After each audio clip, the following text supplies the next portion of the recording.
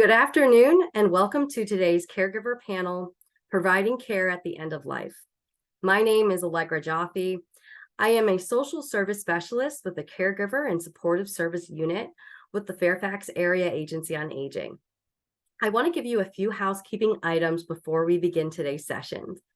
Today's presentation is being recorded. A link for the recording will be sent to all registrants a week from today. All the slides will also be sent in that email a week from today. If you have questions during our panel, you can use the Q&A box in your on the bottom of your Zoom. There's a Q&A box that you can write your questions out. At the end of our hour, we will try to get through as many questions as we can with the panelists. Also, at the end of our program, there will be a brief survey. If you could help us fill out that survey, it really helps us make relevant and creative programs for our caregiving community. Now, I would like to introduce my panelists. Today, we're going to have Kathleen Sebek, Associate Director of Client Services with the Haven of Northern Virginia, Kris Kington-Barker, Director of Outreach and Care Provider Programs with the International New End Life Doula Association, Dr. Cate McCarty, owner and executive director of Dr. Cate Dementia Coach, LLC, and Susana Calley, patient and family support services manager with Blue Ridge Hospice. So to start, I would love to have Kathleen join us on camera and unmute. And if you could share more about Haven with our audience. Well, good afternoon, everybody, and welcome to this very important discussion about end-of-life issues. And I just want to start by saying how hard your work is, and I really want to say how much I and probably the rest of the world really appreciates what you do.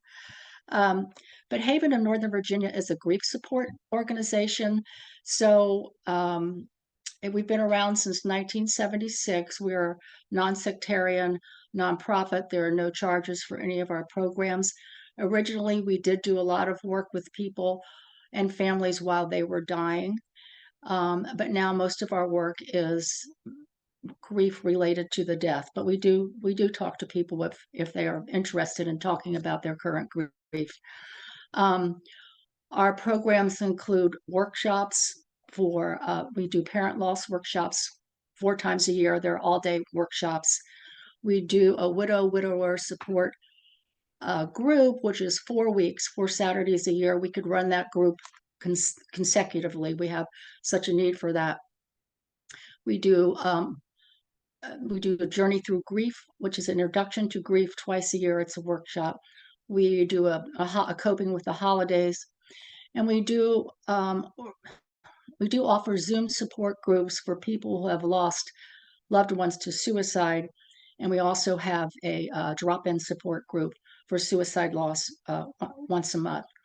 We do individual support and community education and outreach as needed. So that's what we do. Is that enough, Allegra?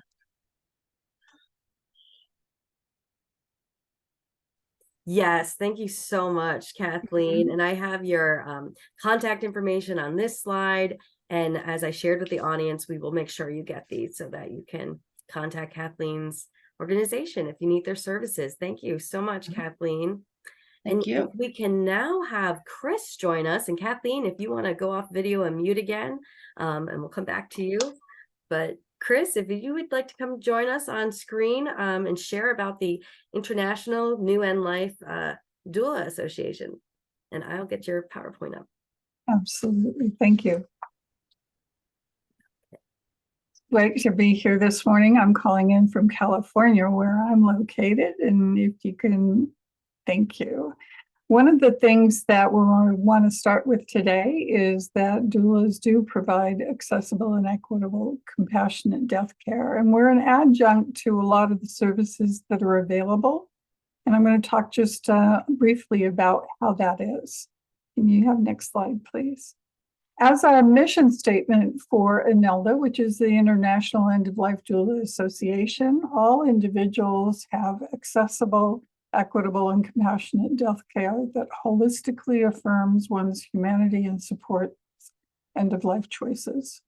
Our organization's mission also is to encourage the presence of end-of-life doulas by normalizing death, dying, and grief through conscientious education. And a secondary mission, part of our mission statement, is the stewardship and the fostering of community and advocacy. Next slide, please. Whoops. So I'll talk a little bit about what an end-of-life doula is and how they might be able to engage. Basically, an end-of-life doula provides non-medical, holistic support and guidance to families and individuals who are in transition in critical times. It could be a serious illness, it could be planning for end-of-life care, it could be during the transitions of a person's life as they're planning for the end-of-life care. It could actually be when the transitions are occurring. It could be after a diagnosis. It could be as a person is adjusting to their end of life or adjusting to a serious illness or the debility that goes along with illness. Some of the offerings that happen as a result of a doula and the goals of a doula are to nurture and inform, to support, educate, and guide, and a person who helps coordinate other resources and services and works in connection with other resources and services, medical teams, and helps to act as a conduit of communication in between the two.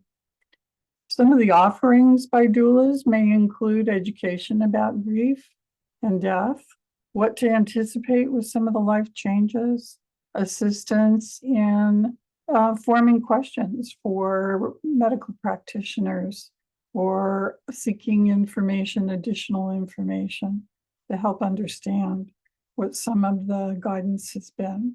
Advanced care planning, how to complete healthcare advanced directives, living wills, how to identify an appropriate person to serve as a personal representative to handle personal arrangements, helping people get in affairs and orders, organizing important information. It may be life review or legacy work, helping to access information in and around final disposition, like burial, cremation, or alternatives, helping in choosing and working with hospices and other clinical providers and explaining what they might be, and allaying some of the fears around what they are or are not, advocacy and mediation, emotional and spiritual and social support that is needed during the time of the dying, and then non-medical comfort measures that enhance and support the medical services that are being provided by the medical team. And that may include respite support. It may include companionship, like hospice care. It is not a replacement for hospice care or palliative care. It's an adjunct to it. But like hospice and palliative care, the whole family is seen as the family unit. One of the big questions that comes out is, how does someone become an end-of-life doula? And currently, end-of-life doulas come from rich and varied backgrounds.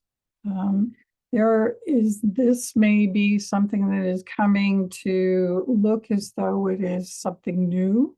And in fact, people have been serving as advocates and serving in this role for a long time. This is something that there have been people in churches and faith communities and families that have been serving as doulas who have grown up being familiar with end-of-life care and how to support.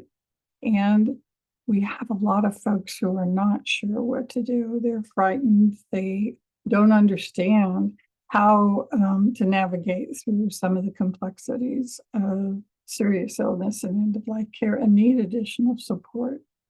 And for that, there are some, we have found that as the interest in the field has grown, that there is an increase in teaching and philosophy and both private and educational institutions that are presenting a number of opportunities for people to be trained with valuable skills in this area.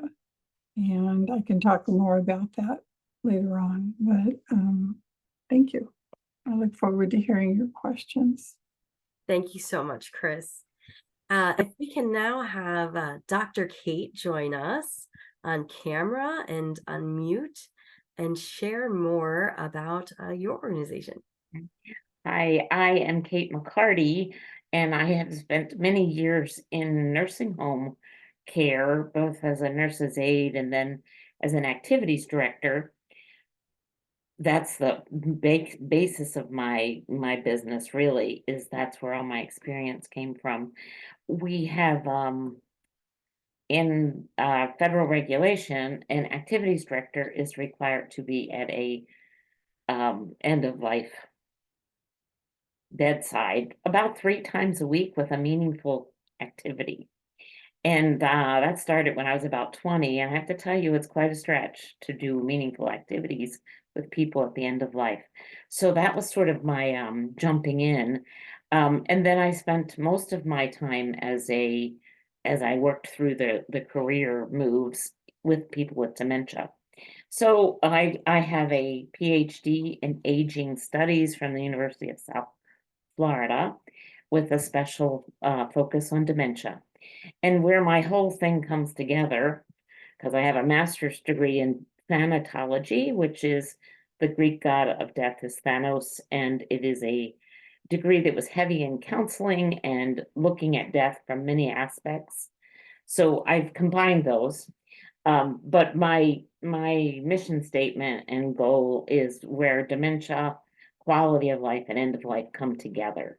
So out of that, and I have a program called Grief Shadow that I designed originally to be a limited amount of time, much like Grief Share, but it just keeps going because people are so in need of, and you can go to the next slide if you'd like. Allegra, because of dementia having a disenfranchisement, it's very difficult to get really even to get the doctors to acknowledge that something's going wrong, but the wife knows there is. And then on the next slide, not only is there in disenfranchised grief pre-death, this is not just for dementia, really. It's for any of the long-range chronic diseases that have a very long trajectory. There's an ambiguity to the whole situation. And in the case of dementia or ALS or Huntington's, the body is present. Well, I didn't list all those properly. Often the body is present and healthy, the mind is failing. So we have that program called Grief Shadow. So that's kind of my background. And I also have a little bit of dementia in my household. And you can go to the next slide. So the Grief Shadow came out of a program I did called The Shadows of Grief. And this is a little poem. This is my husband and I. And we are blessed to be in mild cognitive impairment at this point in time, 8 years later. So even in saying that, there's a certain level of almost guilt, because that's not what a lot of people get when they're given a diagnosis of a spouse. It's often much quicker trajectory, etc. So kind of unique in that I'm dealing in the pre-death grief perspective, but end of life. And I'm really grateful to be here. Thank you. Thank you so much, Dr. Cate. And lastly, but not least, Susana, thank you. Hi, thank you for having me, Allegra. So my name is Susana Calley, and I am coming to you from Blue Ridge Hospice. And hopefully I have like way too many slides probably to talk about hospice. But so our hospice is unique in that it's a local hospice. It was started in Winchester, Virginia by 2 nurses in 1981. So just over 40 years ago, they saw the need. I think they traveled to London or England and saw some of the first hospices starting over there, and really wanted it for our community here, and to bring the the best care for people at the end of their life. And our mission is brightening life's journey with compassionate care for all whom we're privileged to serve. We are a not-for-profit hospice. If you go to the next slide, you can see we have a huge service area that includes all of Loudoun, parts of Fauquier, Rappahannock. We go down from Winchester all the way down, or they say up the valley in that part of the world, into Shenandoah County, which almost to Harrisonburg, if you're familiar with that area. We also have 8 thrift stores in our service area that help support some of the programs that we have as a not-for-profit. We try to just go above and beyond with our patient care through services like music therapy, and have a robust grief support program as well. And because of our thrift stores, we never turn anyone away from hospice services. So we have a very robust patient care fund to help serve people who don't have insurance. Okay, our next slide is kind of what is hospice. So hospice is care at end of life. It is focused on pain and symptom management. And our goal is always to focus on quality of life, and it serves the whole person, not just the physical symptoms, but also your emotional and spiritual support to make you comfortable at the end of your life. Okay, and the next slide. So the care team that we have is very comprehensive. We give hospice service, or hospice happens wherever the person lives. So that might be at home or at a nursing facility or assisted living facility, wherever the person calls home. It has, in our experience, even included homelessness, people that are in jail. So we do go wherever someone is and wherever someone needs us. We have an inpatient center in Winchester, and that is for symptom management and for respite when caregivers just need a break. And I'm sure many of you are aware of that need for just a little bit of a break. And it's a 5-day break at our inpatient center. And again, our additional services are like our music therapy. We have a great pet therapy program. We have something called Paws and Purrs, where our volunteers will help care for people's pets by taking them for needed veterinary appointments or grooming appointments or dog walking, or maybe they just need a bag of cat litter. So that's a really wonderful program. Okay, our next slide. So when do you know you need hospice care? Well, anyone can call. You don't need a doctor to initiate the program. You could just call and just ask for someone to come out and assess your needs. But to be eligible, you have to have a life-limiting illness, and it has to be something that you've decided to no longer pursue aggressive kinds of treatment, or and are ready to focus on comfort and quality of life. And what we've found and what the research shows is that people tend to live longer and more comfortably once they start hospice care. Okay, and next, our grief support. I'm really proud of our grief support program. It's very comprehensive. We serve children through and adults and teenagers. We have a great Adventures Through Grief program, which is a therapeutically applied role-playing games, think Dungeons and Dragons, that are adapted to work with teens and young adults that are grieving. And we have a camp that meets once a year, and we offer individual grief counseling to anyone in our service area, even if their loved one did not die in hospice. So we provide some grief support to people that have lost a loved one, in an accident or just outside of hospice care in general. Okay, and that's on my last slide. Contact information. Thanks. Thank you so much, Susana. And if I can have all the panelists join me on camera at this point, we're going to get into our conversation together. I have a few questions for you all, and then I will introduce the audience, or we'll invite the audience to come and ask their questions. Dr. Cate, if I could start with you. Sure. My first question for you is, what's your opinion of the culture of death in America? And how is that culture impacting the way our caregivers are handling and coping end of life with their loved ones? It's a hard thing to do when you're in it so much. But even as a professor, because I worked as a professor at one of the schools, I noticed that there's such a wide range of disconnect with death. It even goes for, I had to put out an email to people that I know well and I've worked with for a long time, and I had to force myself to put the husband who died, because we're so quick to use passed away. Now, some of that's cultural, and I honor culture, but at the same time, I think we're constantly like, I don't know, bubble wrapping ourselves. Like, well, even this question of actively dying, I had a hospice, one of it, because I'm very fond of hospice, and I definitely suggest it for people in the support groups when they get to a certain point. And she said, Dr. Cate, they said he was actively dying. And she was so upset. And I'm like, really, we all are actively dying. I mean, I know that sounds dramatic, but we have to be realistic. So I feel like, much like dementia, it's like the big D. We used to say the big C, and we still do, because none of us really like to talk about cancer either. But we don't, there's a shift, subtle, and some of the ladies here probably realize that. Like there's deaf cafes now. I've never been to one, but I see them, and I think that's positive. But even maybe it's generational. It's definitely cultural that we, have divided ourselves, and it was so painful during the pandemic because so many people died alone, and just so painful for the families.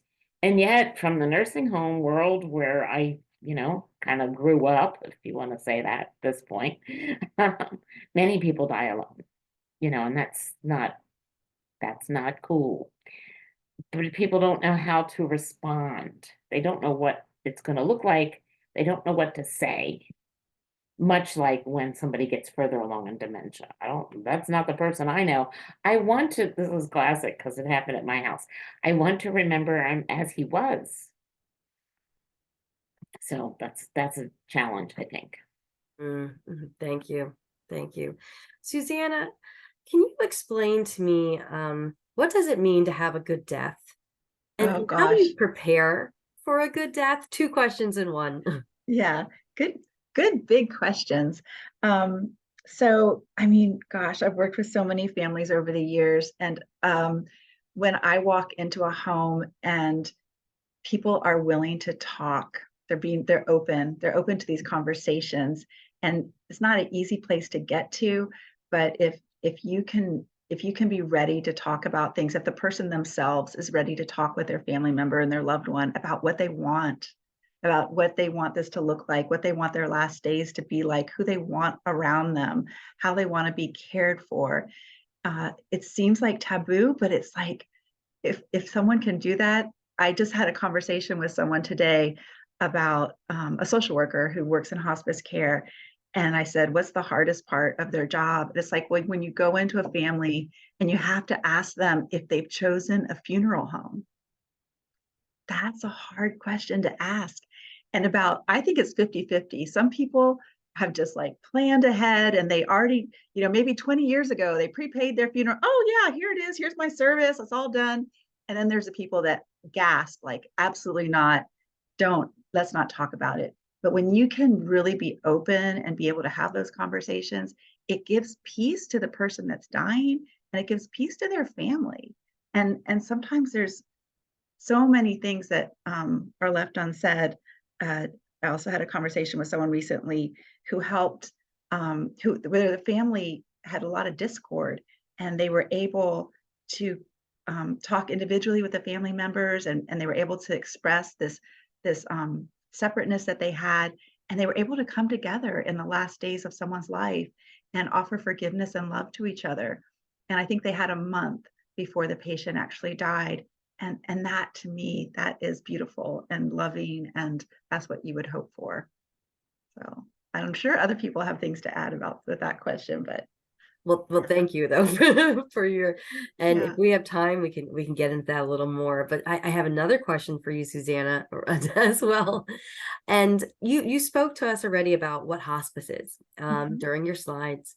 So what is the difference with palliative care? So actually, Blue Ridge does have a palliative care program. A palliative care is just like a specialist, just like if you were going to I don't know, an oral surgeon. That's a terrible example. So for someone has a chronic illness and they need help with symptom management, but they're not in the dying process. They're not ready for hospice. They're still leading a full life, but they have symptoms or issues going on that need um, a doctor's input. They do visit the patient at their home, so that is hospice-like. And there is a social worker usually on the staff too that can help families with other issues that come up when you have chronic illness, like caregiving and other things like that. And Susanna, here I am still on. I have one other question too to follow up with that. With hospice and palliative care, how does a family afford that? Is this through insurance? Can some of them be charity? Is some of it just fully private pay? Right. Can you speak to that? Yeah. So palliative care would be covered by insurance, like any doctor's visit if you have insurance. Hospice care for people that have Medicare, it's a benefit that's covered 100% by Medicare. And it includes not just the services of hospice, but also any equipment that you would need in your home, like a hospital bed, a wheelchair. It would also include any supplies that you would need, including like continence supplies. It includes any medications that are related to your hospice diagnosis, anything for comfort. So it is a very comprehensive, full benefit.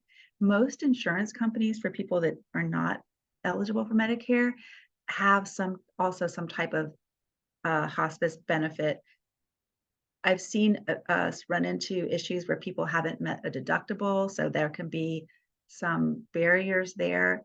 And like I said, Blue Ridge Hospice has a patient care fund that we don't turn anybody away. And if there's a situation where someone has insurance and they're not quite able to afford hospice, then we would help them access our funds to cover what was needed. In the Northern Virginia region, Susanna, are you familiar with other hospice charities or nonprofits like yourself too? For anyone who's in Fairfax County or in a different county outside of your jurisdiction? Yeah, I believe Capital Caring also has a patient care fund for people that are underinsured or have no insurance. As a nonprofit. I believe so. Thank you. Thank you. I do have a question now for Kathleen. Kathleen, often caregivers can start grieving the loss of their loved one before they die. So my question is, what can they start to do when they start feeling that grief or start feeling all these emotions even ahead of time? What are resources for them? Okay, thank you. That's a very good question. And I just want to start out by saying, kind of piggybacking on what Susanna and Cate have kind of said in so many words, but caregiving can be so isolating. And so it's kind of hard time-wise and emotionally to maybe find the help that you need. But we call that grief before the actual death is anticipatory grief. And so that is the grief that occurs actually before the loss. Some people feel that if they start anticipating the grief, that it's going to make their grief after the death easier. It isn't going to work that way. But it is something, it's not unusual for people to start anticipating the loss and feeling the emotions associated with grief.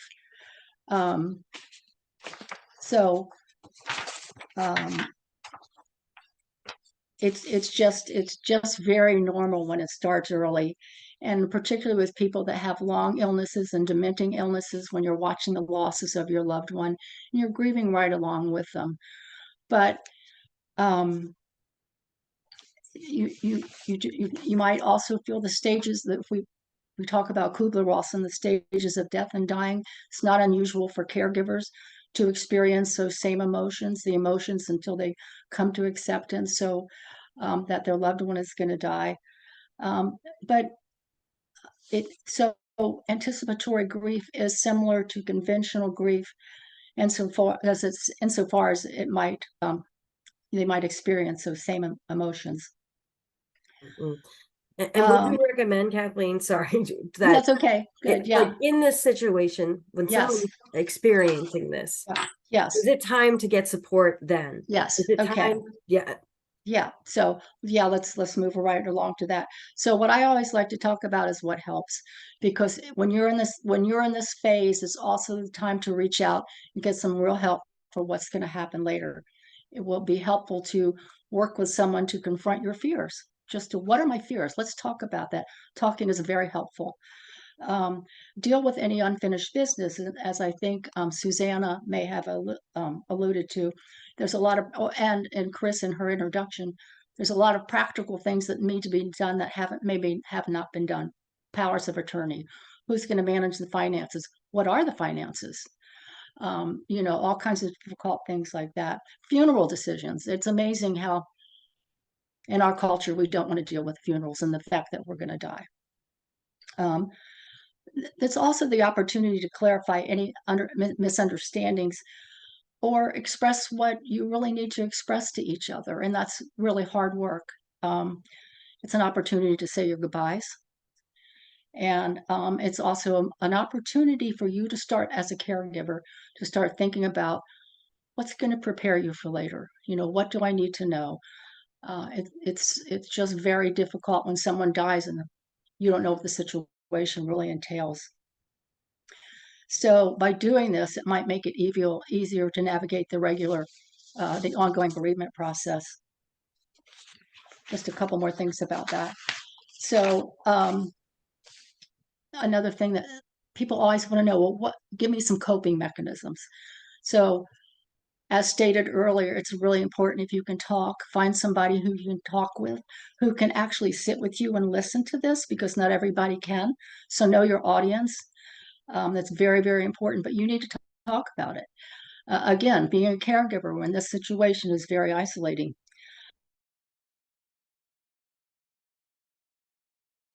Kathleen, I think you may have frozen a little.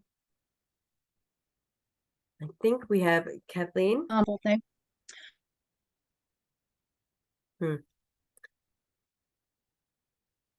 Okay.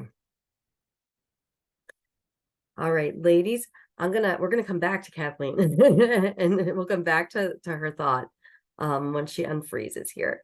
So I'm gonna come back to some of her coping tips in just a moment. In the meantime, Kris, I did want to speak about the death doulas and come to you. And I want to know, how do you pick a death doula? How do you know, who you're going to work with well?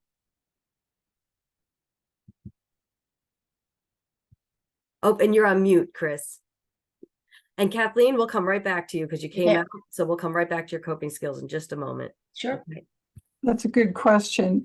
Picking a end-of-life doula or death doula is picking a relationship. So it goes in line with, how do you pick someone that you want to spend time with or you want to be with? So the first thing that's really important is, what kind of relationship do you hope that you're going to have with this person? What kind of communication and social style do you prefer? Do you like someone who is easygoing in their talk? Do you prefer someone who kind of is more businesslike? Do you, do you want someone that is going to be available through via computer or phone more than in person? Are you looking for someone, because of what you want them to do, to be really with you and in person? Would you like a doula who's very similar to you with cultural background, is the same faith as you, the same race or ethnicity? Is that important to you, or is it not important? What about, how do you interview a doula? It's important to interview. So most doulas will provide a first visit to interview you, to be interviewed by you, because they want a good fit as much as possible. What are you looking for? So some of the things to consider is, first, what kind of services are they offering? What kind of services do you need? Are you looking for someone who's really their expertise and their focus is on planning, and that's what you want right now?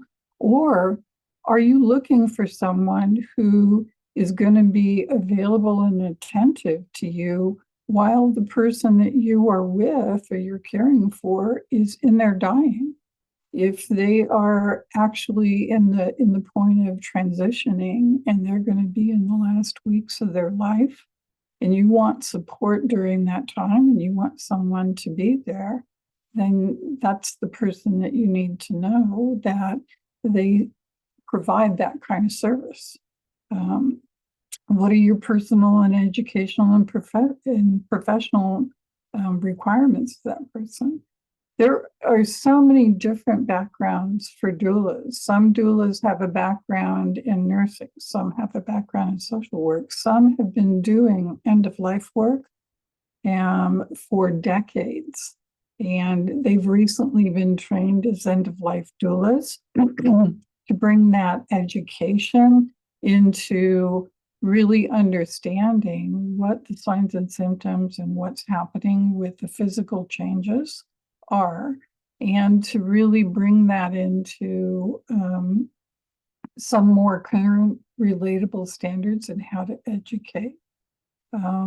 Doulas, as I mentioned, are non-medical. So if someone has a background in nursing, they will not be a nurse at the same time as they're being a doula. They will work with a medical team or the hospice team, and they will refer to the hospice nurse for the medical experience and the medical interactions. But it may be that they're going to be more, you may feel more comfortable with them because they'll have that level of skill and can be more aware to refer to a nurse. It may be that they've got a real calm nature, and that's what you're looking for, is someone to be present and calm and compassionate. So those are the kinds of things that you'll be looking for. What kind of references do they have? Does that matter to you? How long have they been doing this work? Where did they get their training? How long have they been working since they had their training? It's an interview. So you want to make it something that's professional. And even if someone hasn't gone through professional training, you'll be, that doesn't mean that they're not qualified. They can have all kinds of experience and preferences. How did a family find them? And do you like them? And what do they think? What do you expect? What is it that ultimately you want them to be able to provide? And the doula is going to also be saying to you, I am or I am not the right person. Will they be able to give you the hours that you want, the times you want?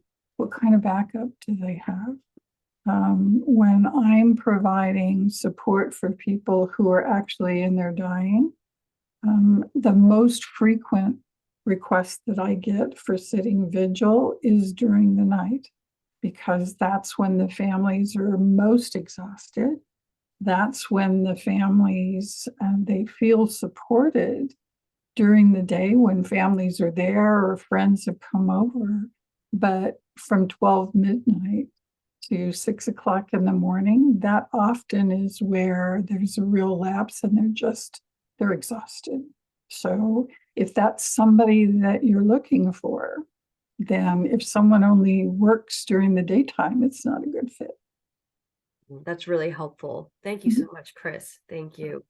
Kathleen, you were telling us about some coping skills, and I think you froze for a moment, but did you want to finish up or wrap up what you were saying? And you're muted right now. There we go. Okay, I just wanted to say one. I don't know when I froze, but whatever. Okay. My message to caregivers is take care of yourself. Eat right, sleep right. I know you're you're probably rolling your eyes. Eat right, sleep if sleep as well as you can, exercise if you can. If you can't do any of those things, breathe. Take a couple of minutes every day and breathe very deeply and slowly. Your body will tell your brain that you're okay. And if you're lucky enough to have a hospice involved, take advantage of that. Take advantage of all the resources that you've heard today, because you need it, and it's okay. You don't have to soldier on alone. Mm. So, yeah. Thank you so much, Kathleen. Thank you.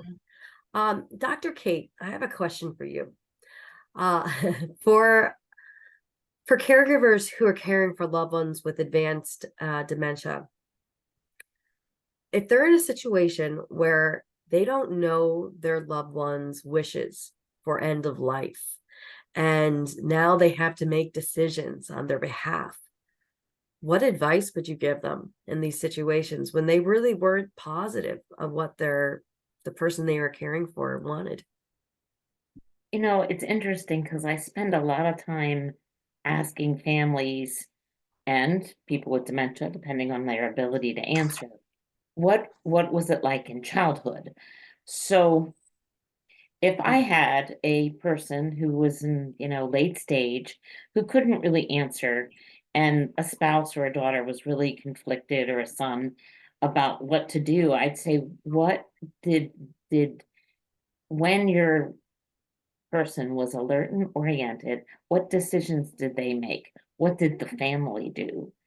And because something similar. The other thing is, you need to know a lot more about the family dynamic, because there's often a lot of unresolved baggage that's just, and it comes up real quick at the end of life, probably in hopes of resolution. But that's not always a given. So it helps. Often I will say to a person who has been through a lot with their person with dementia, it's okay, it's your choice to do it now, and whatever you decide is going to be okay.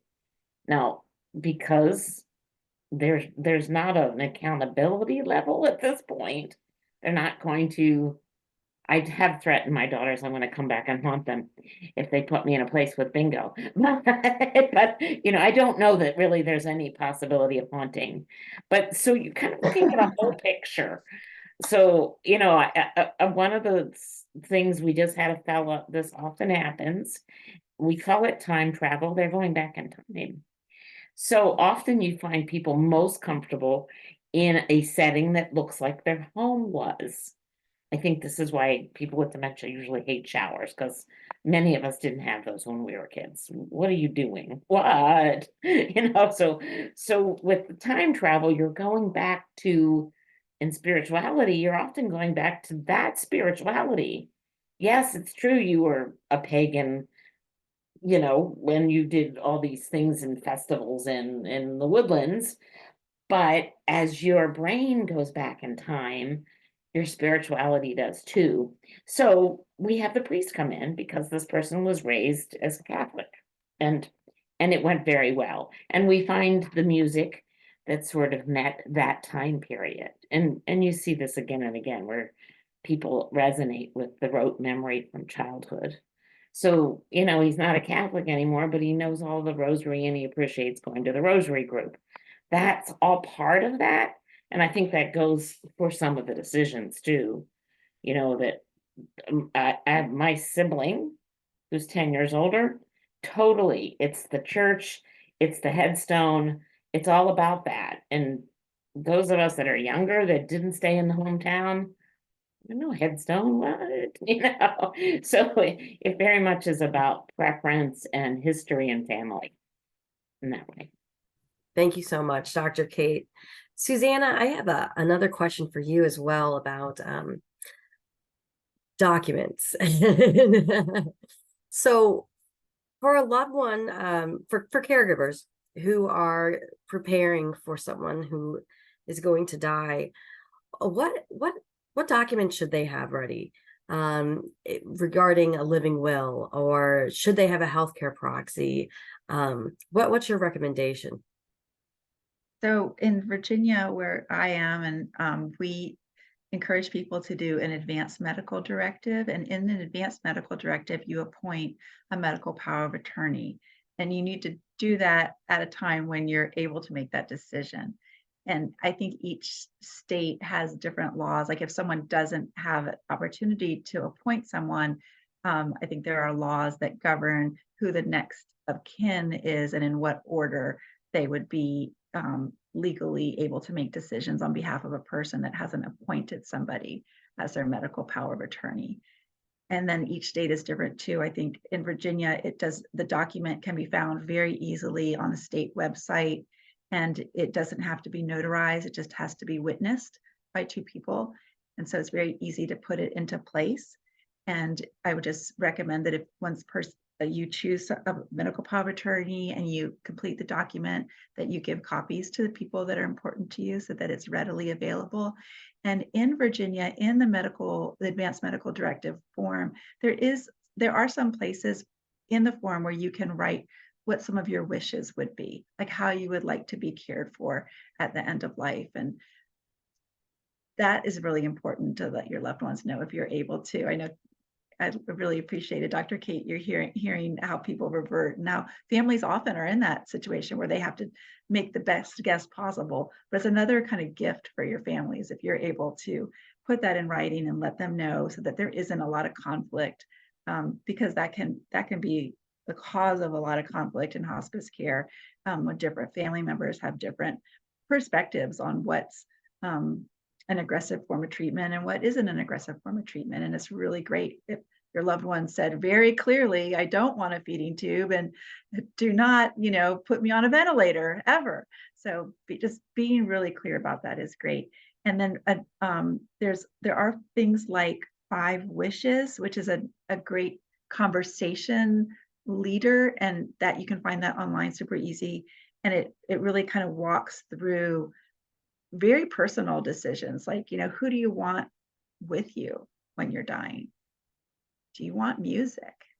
What kind of food would you like? Really beautiful things that you can add to that, to give to people. And then another wonderful resource is called Respecting Choices. And that really is for people that are chronically ill or in hospice care. And it is a document that can be a do not resuscitate order. It is a medical order, but it's very nuanced, and it gives the person a lot of opportunity to be clear about what they would want and what they wouldn't want in the case of a serious illness in terms of interventions. I think I got very medical away from the medical power of attorney, but hopefully I answered that. No, you did. Thank you so much. And I'm looking at the time, so I would like to invite our audience to submit their questions. If you have a question specific to a panelist, just put their name in your question. And I see that we have an attendee who's raising their hand. At this time, we can't go on mute. So if you could please write it in the Q&A box, I would appreciate that. I'm taking a look here.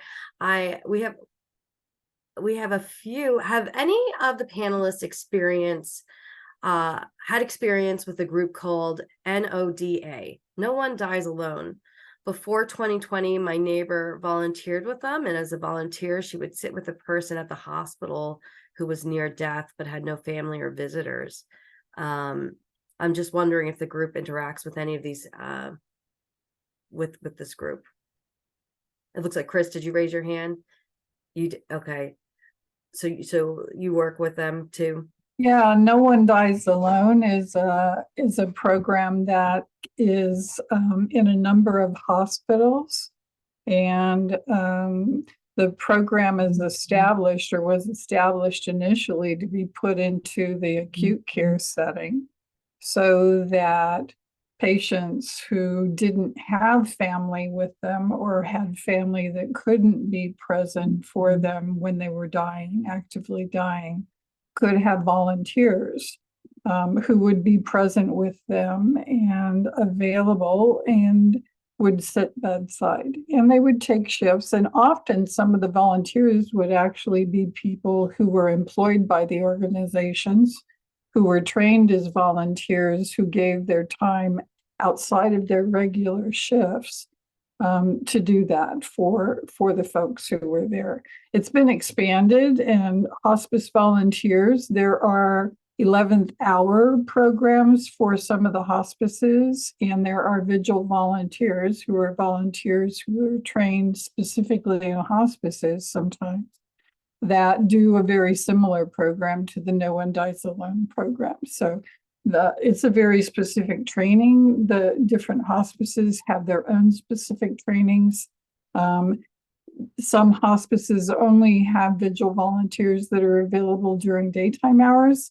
And that often is the case because it often is that volunteers are older and don't want to drive at night when it's more difficult to see.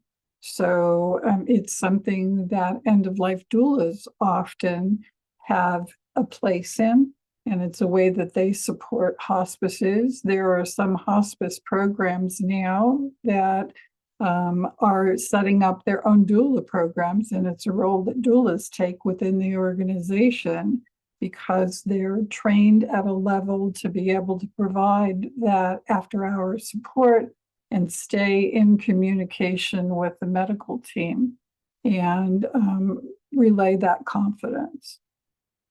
Thank you so much. Mm-hmm. Kris, there was another question that came for you. Do you have a resource for death doulas? Like, is there a main resource that's there? Okay, I'll let you answer. Yeah, there is a membership organization. Often the training organizations, I know that in NELDA we have a membership directory. So our membership directory is individuals that are trained through our organization. Our organization has trained 5,600 end-of-life doulas since 2015, but we also support them. In our organization, we also have an additional level. We give them a certificate of completion. We have a higher level of training for the ones that want to go the next step in their training, where they actually take cases and present cases to us for an internal certification. There is no national certification or licensure for doulas, for birth doulas or death doulas. But for us, they need to present us 5 cases. We assign them a guide, very much like a mentor, who guides them through that certification process, reviews their cases. There is a National End-of-Life Doula Alliance, NEDA, and it's in my slides on the last slide. And I gave you the website for them. They have a doula directory that are doulas that have been trained through a number of different organizations. And on their membership directory, it gives the name of the doula, where they train. Sometimes it can also their website if they've got one, and then the kind of services that they provide and where they provide them. So, and then different training organizations. University of Vermont is one training organization, but there are a lot of different ones. They may have members listed on their websites too. Thank you so much. Thank you, Kris. And I just wanted to let the audience know, this is recorded, so you will get the recording. I know that's a question I'm getting. You're going to have the slides.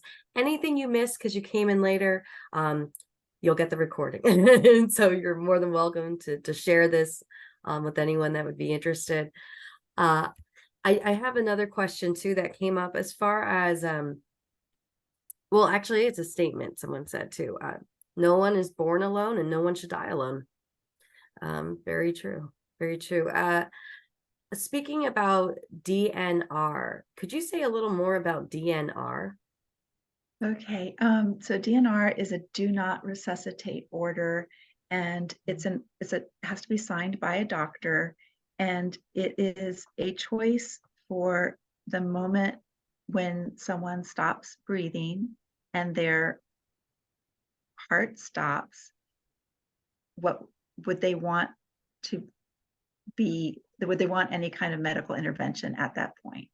And if they choose no, then they could have the doctor sign this order and complete this form so that their family knows what their wishes are. And hopefully I don't know if anyone else wants to add about the DNR to that. It's often a hospice requirement, at least in the state of Florida. I don't know if that's every state, that you will have a DNR in order to participate. And Yeah. for some unknown, it may be everywhere, but it has to be on a yellow piece of paper. Yeah. Right? Yeah, there's also the national form called the POST form, or POST in some states, or MOST in some states, and that's the one that I mentioned that has a lot more nuances in your choices, and you can say you want certain interventions and not others, and that seems to give people a little bit sense of control about their choices at the end of life. Yeah, and Susanna, I don't know if you mentioned, but the DNR isn't checking that off on your advanced healthcare directive. It's an actual form. It's a separate legal form for DNR. You have to get the form and it has to be signed by a physician, just like the POST and the MOST has to be signed by a physician. Otherwise, if you are engaged by a medical emergency provider, they will start CPR because they're obligated to. Yeah. And then a family member or someone would have to decide at what point to stop resuscitation for that person. So it does allow for a peaceful death and a peaceful time for everybody. Thank you. Add in a little bit, there is a dementia living will extension. You just type it right in. I was on the committee. It's not as thorough as one would have liked, but it was better. Right? So it's looking at dementia and how maybe I don't want a DNR at middle stage, but when I get to the final stages, I want a DNR, right? Yeah. So it's nuanced, which is helpful. And you just literally type that in. Yeah, Thank but that needs to be done when capacity still exists. It can't be done after, And right? when you say capacity, it depends on the state, and it depends on the state. Yeah. Dr. Cate, when Kris says capacity, meaning you're fully aware. Yeah, and that's a tricky spot. I mean, even in Florida, which is a very generous state, some lawyers think capacity is a lot different than others. So, and I'm sure it's much more aggressive, rudimentary up here than it was down there. But yeah, it's alert and oriented. That can be, you could be farther along, but as you know, when you go out with people with dementia, they often look quite alert and oriented. But don't ask them who the president is, right? Yes. I had another comment and question. I appreciate Kate's answer about our social difficulty with die/dead. Does she see any link between the distance from our agricultural days and the increasing inability to deal with death? My feeling/experience is that people in agriculture have a much more direct experience with death. Absolutely. And when you look at the history, it was really the Civil War that started the disconnect, because we needed to get our soldiers home from Gettysburg down to, Tennessee. And so Monsanto, I think, was the company that had the solution, and it was a leftover of some other byproduct that we made into embalming fluid. And initially that was done in the home, and then it was moved to the parlor. Used to be our parlor. So we have very much distanced ourselves. And now the most recent research is looking at the big corporation funeral directors. They're having a hard time since the pandemic because people want a celebration of life. They don't want a funeral. So even that is a little bit pushing it away, but on a farm, the cow dies and we know it, or we send it to the knacker, or yeah. So very much an evolution, but I think we're coming back around. We have the Better Forest movement, right? Where you can pick a place where you want your corpse to go for the trees. And Kris has a good answer, I'm sure. Kris, I'm going to come right back to you. I just want to let the audience know we are at the end of the hour. We are going to stay on for just a few extra minutes, and we're going to wrap up in just a few moments. If you can't stay, we'll make sure you also get the recording. Yes, Kris.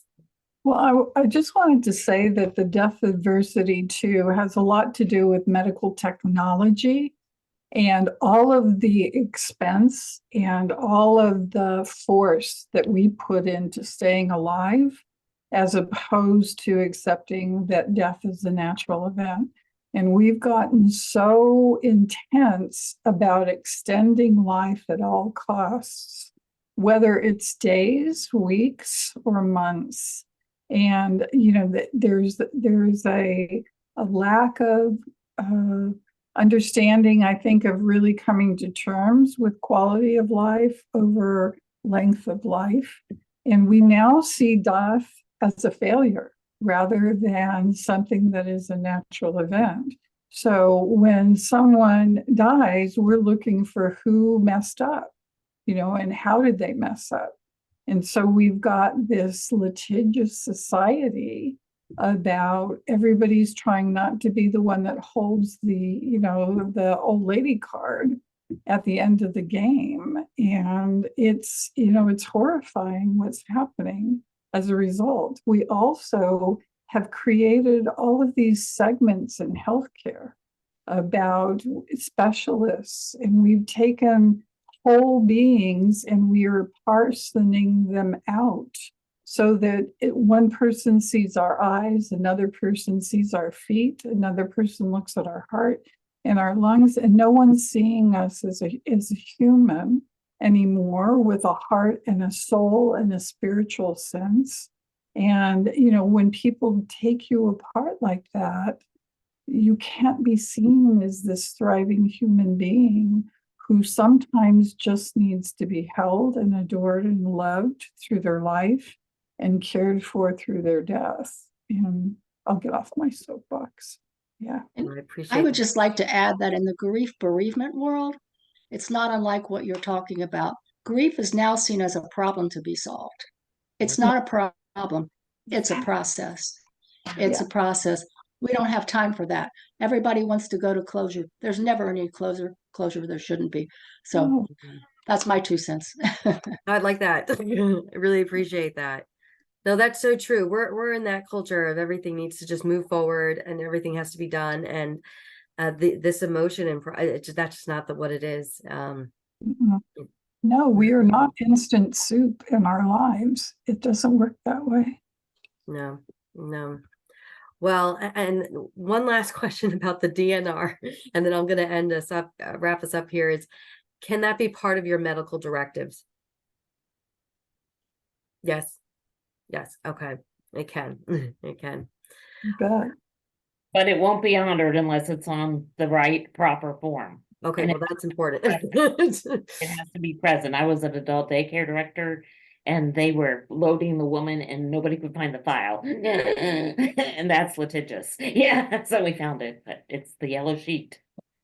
And you just said something to that, and then I'm gonna say one last question. We're gonna wrap up. Is one thing is so many people. What I've read is that there's a very big percentage that even if they do the living will and do medical directives and advanced planning, the person who's in charge of enacting this doesn't know where things are and actually doesn't know the plan.